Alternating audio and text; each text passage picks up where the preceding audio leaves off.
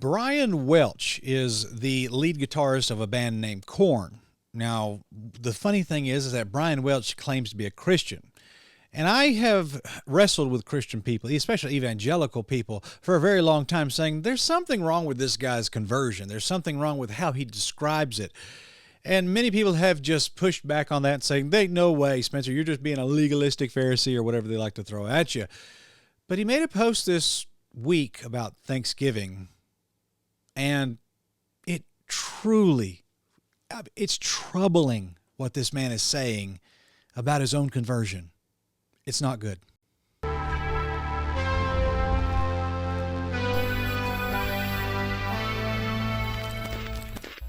All right, guys, go ahead and smite thine like button and all your dreams will come true. And don't forget to buy a copy of our book, Calling Evil Good, the Live Christian Rock and Roll. Link in the description below. This will explain so much what we're talking about in this video about Brian Welch. I want to go to the Bible real quick and show you something. There's all these words, like the word woe in the Bible. And woe is like a curse that is placed upon something. And you find here that when it talks about the woes of the New Testament there, that it's talking about the tribulation period, but then also there's so many woes in the book of Revelation, just unbelievable, terrible things. Woe about false teacher in Jude, verse 11. But in 1 Corinthians 9:16, in the middle of all these woes about false teachers, the final judgment, the tribulation period, and all this type of stuff, Paul says, 1 Corinthians 9:16, "For though I preach the gospel, I have nothing to glory of, for necessity is laid upon me. Yea, woe is unto me if I preach not the gospel." I think the church today has dropped the ball on the gospel. I have people criticize me when I talk about contemporary Christian music and a lot of the things that I deal with on this channel, and they say, "Spencer, why don't you just preach the gospel and leave all that secondary or tertiary stuff alone?"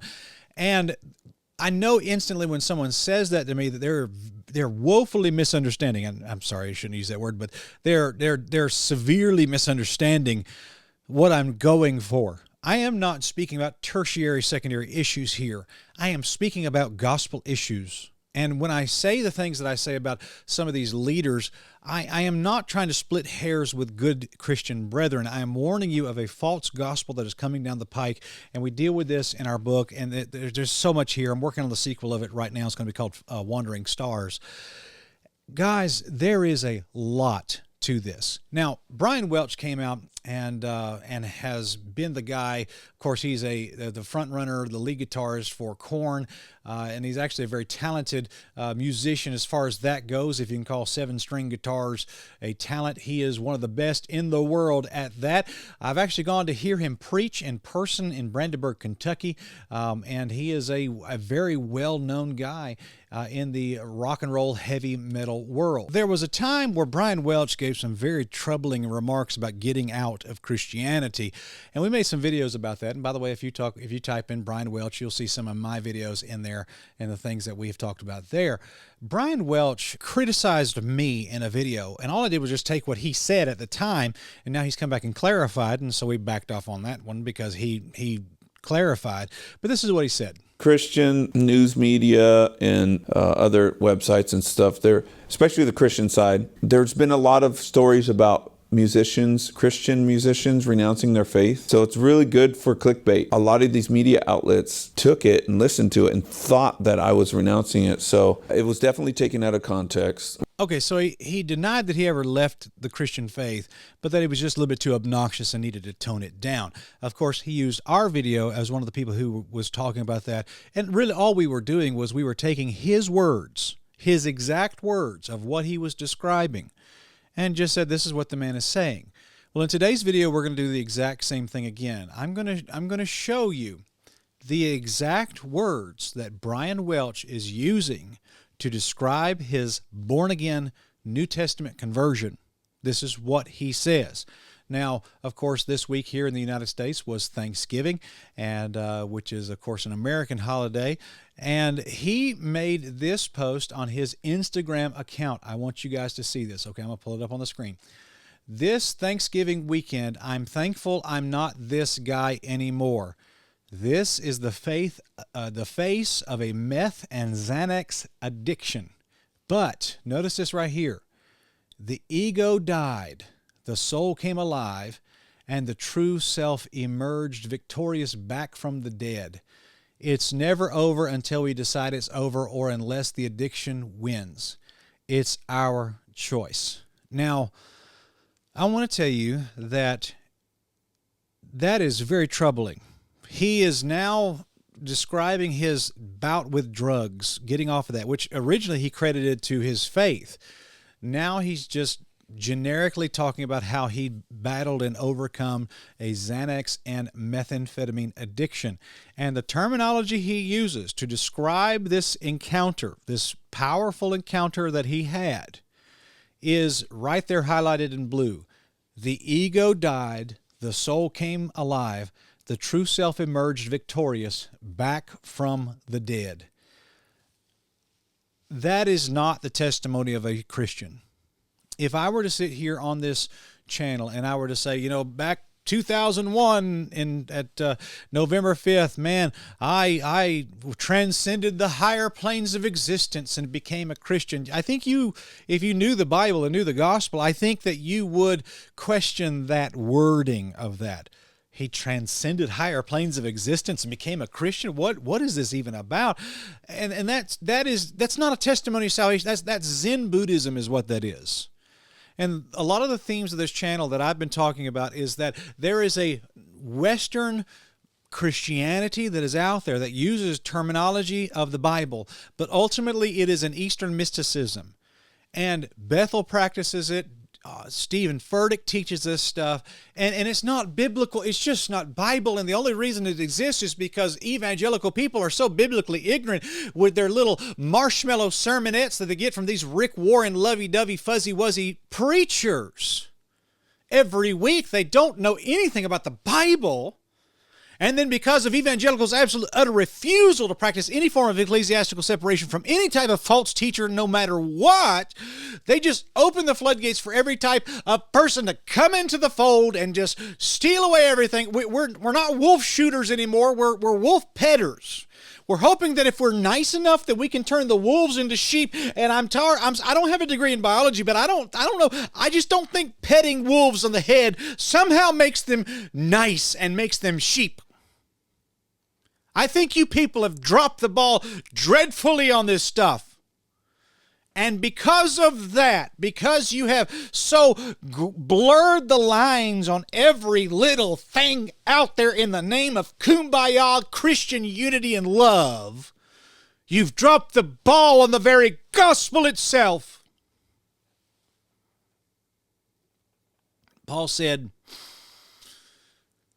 1 Corinthians 9:16, woe is me if I preach not the gospel. Brian Welch is not saved. Brian Welch is not a Christian. I'm not backing. Brian, you're wrong. I've heard you preach. You will believe a false gospel, and all you people that are enabling him and endorsing him publicly are backing him, and you are confirming this man in his destruction. This is not Christianity. This is Zen Buddhism. Ego death. The soul came back alive, and the true self emerged. Guys, I'm going to tell you that in New Age, and if you haven't seen Third Heaven 4 yet, please go do that.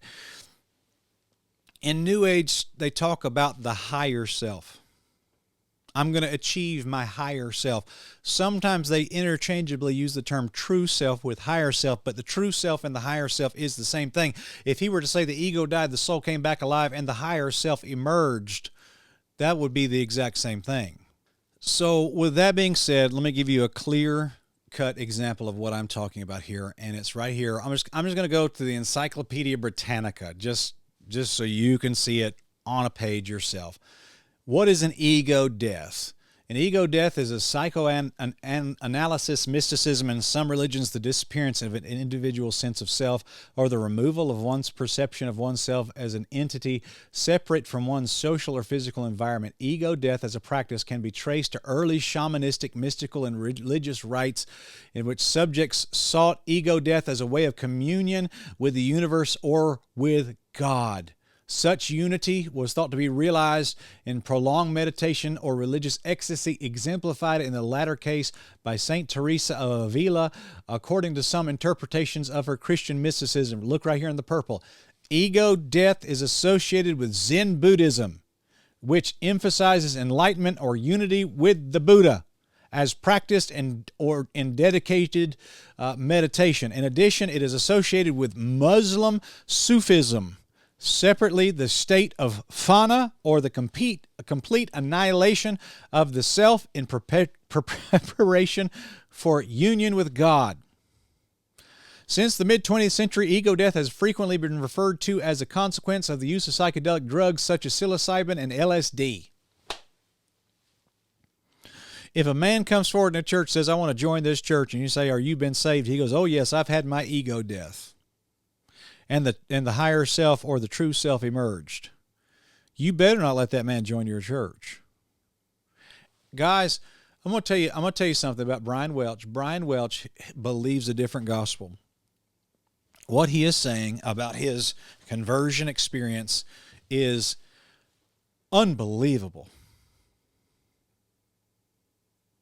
And the funny thing is, here's what I know is going to happen. There's going to be people who are going to watch this video, and they're going to say, but Brian Welch is a baby Christian. He's a baby Christian. Leave the baby Christian alone. I'm sorry, this guy's conversion experience happened not long after mine. So we're talking 20 years. The guy's a published author about his testimony of coming to Christ, a book called Save Me From Myself, and he's still, even after 20 years, he's still posting stuff like this. I'm crying foul. This is not the gospel. This is not conversion. This is not Christianity. And at this point, if you still think that these people are saved, then I would doubt that you are saved yourself. This isn't it. You're missing the point. You're missing everything when you endorse stuff like this. Folks, please go check out our YouTube channel. Go watch Third Adam 4, The Road to Shambhala. We've got over 350,000 views on that bad boy already. And a lot of stuff here. Go check out the Third Adam series. We dealt with Brian Welch and Third Adam 3 pretty well. And we've also got a Russian version of it on there, so go check that out as well. And trying to translate this into all of the languages, and man, just unbelievable. And we appreciate you guys and your patronage and what you're trying to help support this channel. Please consider becoming a channel member. Also, buy our book, Calling Evil Good, the Live Christian Rock and Roll. You'll explain all that even deeper way than we explained it here. And not good. But guys, doctrine matters. And we have to stick with what God said. Lord bless you. Have a good day.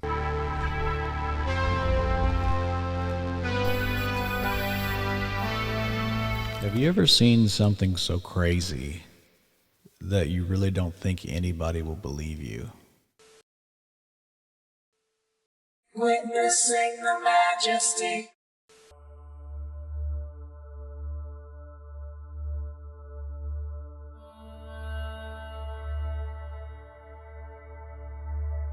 Witnessing the majesty.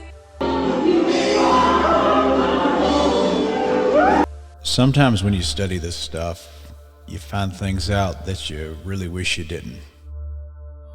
And you see things that you can never unsee.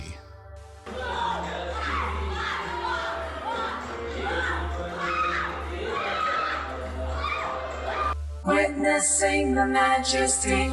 The Third Adam series is designed to warn you against a false spirit that is working in the lives of people. I have warned you over and over about this. I have told you that this is not good. I have told you that this is from hell. The fire of this place is the fire of the Holy Ghost. Witnessing the majesty. Witnessing the majesty. I have told you that this is something that is demonic and satanic, and it will ruin your family, it will ruin your soul, it will take you away from God. I took a good long look at this, hoping that I was wrong. But I'm not. Have come to the conclusion that I did not want to come to, but I think I have to. And they are summoning spirit energy through musical rituals. I have learned through this that the devil really doesn't have any new tricks. He's just doing the same thing over and over again with a different label on the package every time.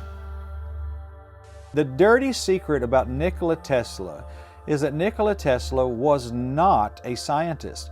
Nikola Tesla was actually an occultist. Nimrod tried to do this, and the Lord stopped him. But mankind has been trying to do the same thing over and over and over again. But there's going to come a day where a man is going to be able to do this. And he will take the world down a road. And that road is the road to Shambhala. Hope as far as one can see, witnessing the majesty, witnessing the majesty, witnessing the majesty, standing on the edge of forever.